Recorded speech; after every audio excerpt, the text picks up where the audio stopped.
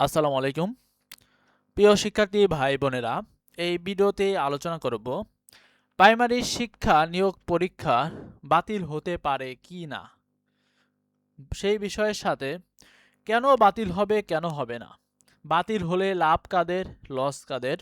তো সম্পূর্ণ ভিডিও না দেখলে আমার ব্যাপারে আপনাদের নেগেটিভ চিন্তা তৈরি হতে পারে।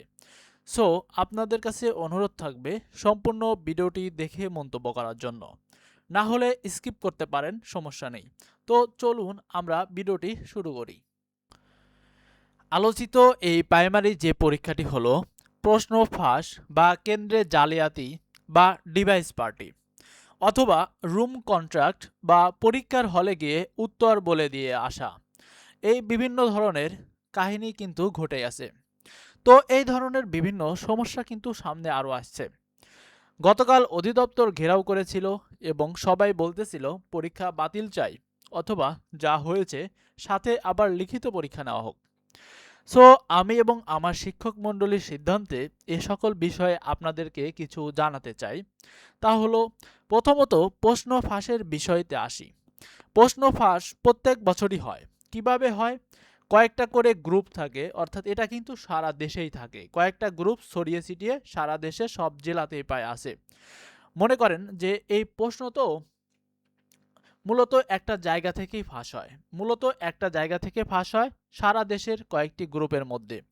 অর্থাৎ একটা জায়গা থেকেই এই একজন বা দুইজন প্রশ্ন ফাঁস করে থাকে, তারপর বিভিন্ন গ্রুপে গ্রুপে ফাঁস হয়। তবে এবার কয়েকটা গ্রুপ ছিল প্রশ্ন ফাঁসের। প্রশ্নের তো অনেকগুলো সেট থাকে, আপনারা জানেন যে এক সেটে একটা পরীক্ষা হলে কয়েকটা সেট করা হয়ে থাকে। সেখান থেকেই ফাইনাল এক্সামের জন্য যে কোনো একটা সেট প্রশ্ন সিলেক্ট করা হয়। এইবার পরীক্ষার যে প্রশ্নটি সিলেক্ট করা হয়েছিল সে প্রশ্নটি গোপন রাখা হয়, কিন্তু বিভিন্ন গ্রুপে যে প্রশ্নগুলো ফাঁস করা হয়েছে তা অন্য সেটগুলো ছিল। অর্থাৎ আপনারা যে প্রশ্ন ফাঁসের কথা বলছেন সেগুলো অন্যগুলো ছিল, কিন্তু সেটা দিয়ে এক্সাম নেওয়া হয় নাই। অর্থাৎ সেটা কিন্তু প্রথমেই ফাঁস করা হয় নাই যেটা দিয়ে এক্সাম নিবে। তবে এখন পর্যন্ত আমরা কয়েকজন শিক্ষক মণ্ডলী একটু অ্যানালাইসিস করে দেখলাম। এছাড়াও আপনাদেরকে উদ্দেশ্য করে বলতেছি যে যদি প্রশ্ন ফাঁস এর প্রমাণ পান তাহলে অবশ্যই জানাবেন। এরপর আমরা বিভিন্ন জনের ফেসবুক পোস্টে দেখতেছি যে ৯০টাই একজন দাগাইছে, অর্থাৎ তার ওএমআর শিটের ৯০টাই দাগ আছে। এজন্য কি প্রশ্ন ফাঁস হয়েছে? আসলে না, ৯০টা যে কেউই দাগাতে পারে। আমি যখন পরীক্ষা দিয়েছি আমিও ৯০টা দাগিয়েছি, বা অন্য অনেকে ৯০টা দাগাইছে, হয়তো তার ৫০% ভুল ছিল। আবার অনেকে বিভ্রান্তিমূলক পোস্ট করছে, এর মধ্যে হলো এক্সাম শেষ হওয়ার পর অর্থাৎ মেইন কোশ্চেন নিয়েই পোস্ট করে বলতেছে প্রশ্ন ফাঁস হয়েছে। এরকমও আমরা অনেক দেখেছি। এরপর জব মেডিসিন এর মমিনুল ভাইয়ের যে ইমেইলের ব্যাপারটা সেটাতে একটু কথা বলা যাক। যে সেটা যে স্ক্রিনশট কিন্তু অনেকে এডিট করতে পারে, সেটা যে 100% সঠিক সেটা কিন্তু আমরা বলতে পারতেছি না। তো আমি বা আমরা এখানে কারো গুণগান করতে আসি নাই। মূলত এই ভিডিওতে আমরা কোনো ধরনের স্বার্থ নাই, আমরা বা আমাদের কোনো ধরনের স্বার্থ নাই। আমি জাস্ট ফ্যাক্টগুলো বলার চেষ্টা করতেছি সবার জন্য। আমাকে অনেকেই গালাগালি করতে পারেন, কারণ ১০ লক্ষ পরীক্ষার্থী, ১০ লক্ষ পরীক্ষার্থীর মধ্যে পরীক্ষা ভালো হয়নি বা হবে না এটাই স্বাভাবিক। এই ধরনের পরীক্ষার্থীর সংখ্যাই কিন্তু বেশি থাকবে।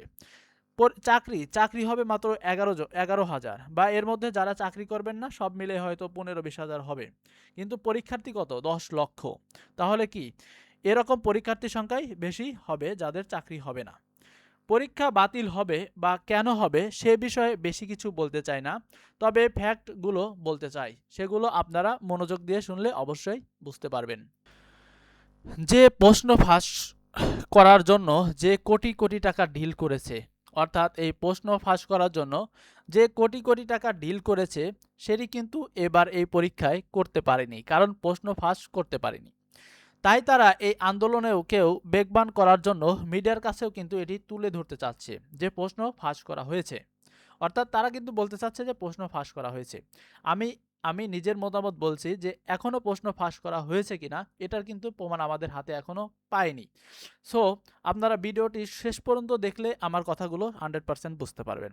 অর্থাৎ এখানে এক্সাম যদি আবার হয় তাহলে তারা এই সুযোগটা কাজে লাগাবে। কারা কাজে লাগাবে? যারা প্রশ্ন ফাঁস করতে পারেনি, অর্থাৎ কোটি কোটি টাকা যারা লেনদেন করতে পারেনি, বা চেষ্টা করবে যে প্রশ্ন ফাঁস বা আবার করা যায় কিনা। এটাই হচ্ছে সবচেয়ে বড় কথা। তবে আপনারা খোঁজ নিয়ে দেখতে পারেন, একদম অথেন্টিক খোঁজ দিবেন। স্বাভাবিক খোঁজ নিলে হবে না, একদম অথেন্টিক পিওর খোঁজ নেবেন যে প্রশ্ন ফাঁসের প্রমাণ, যেটা প্রশ্ন ফাঁস হয়েছে কিনা বা এর কোনো প্রমাণ থাকবে, পিকচার বা স্ক্রিনশট থাকবে, সেটা আপনারা কোনো কিছু পান কিনা। যদি না পান তাহলে আমাদের এই কথা একটু আমলে নেবেন যে এখানে আরেকবার পরীক্ষা খুব করে চাচ্ছে সারা দেশে। এই কয়েকটা গ্রুপের মধ্যে প্রশ্ন ফাঁসকে কেন্দ্র করে প্রায় হাজার হাজার কোটি টাকার লেনদেন হয়। তবে এরা যদি ব্যর্থ হয়ে থাকে তাহলে যাদের থেকে টাকাগুলো নিয়ে রেখেছে তাদের কিন্তু টাকাগুলো কি করতে হবে? ফিরিয়ে দিতে হবে। অর্থাৎ টাকাগুলো কিন্তু তাদের পকেটে আর ঢুকাতে পারবে না। অর্থাৎ তারাই চাচ্ছে যেন পরীক্ষাটি বাতিল হয় এবং প্রশ্ন ফাঁস করে কোটি কোটি টাকা আত্মসাৎ করা যায়। এটাই কিন্তু সবচেয়ে বড় কারণ।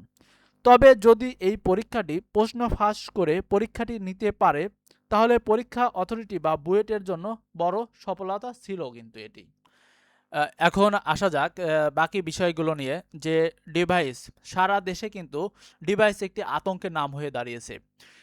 সারা দেশে এই পরীক্ষায় প্রায় ১০০টি বা ১০০টির বেশিও স্থানে এই ডিভাইস পার্টি ধরা পড়েছে, বা বিভিন্ন কেন্দ্রে যেটাকে রুম কন্ট্রাক্ট বলে।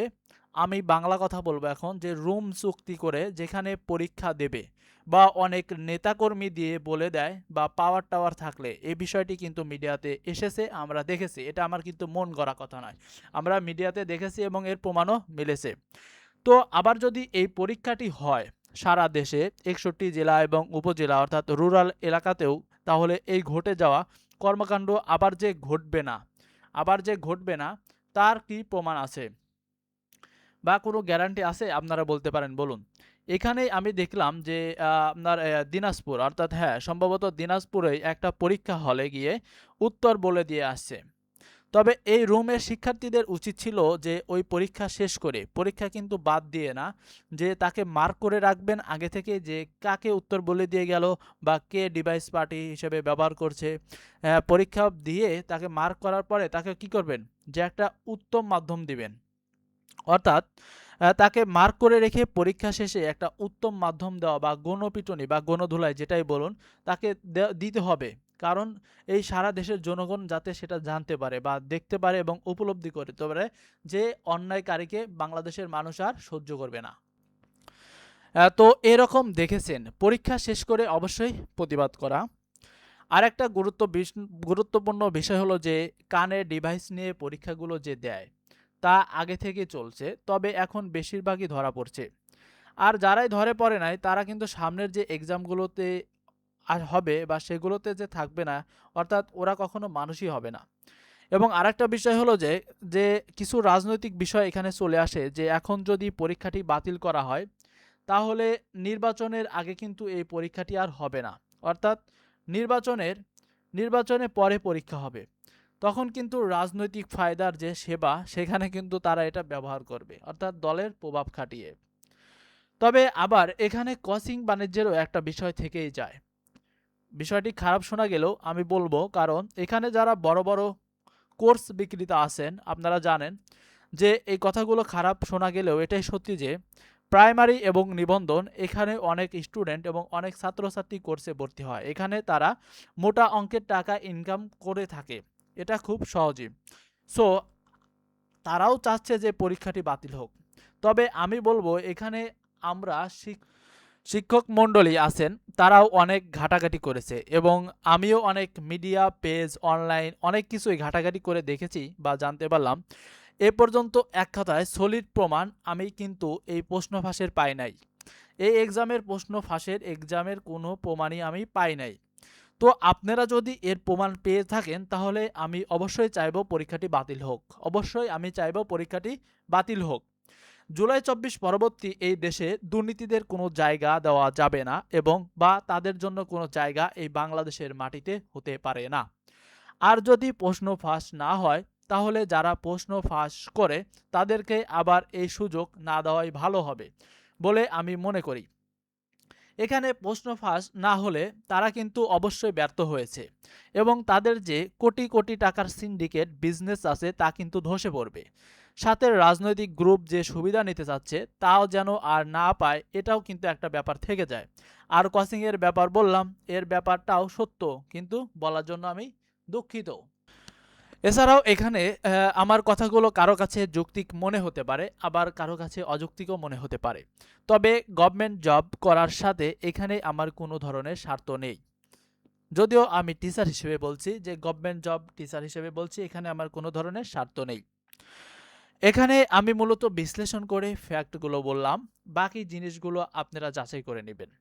আমি বা আমরা চাই, আমরা সকলেই চাই যারা সত্যিকারের মেধাবী তাদের জয় হোক, তারা যেন কোনোভাবে ক্ষতিগ্রস্ত না হয়, তাদের পরিবার যেন কোনোভাবে ক্ষতিগ্রস্ত না হয়, এবং বিশেষ কোনো গোষ্ঠী যেন সুবিধা বা ফায়দা লুটতে না পারে। সেই জন্য মূলত আমার এই ভিডিওটি। আশা করি সবাই ভালো থাকবেন। আজকে এ পর্যন্তই। সবাইকে শুভকামনা এবং সবাইকে সালাম। আসসালামু আলাইকুম। আল্লাহ হাফেজ।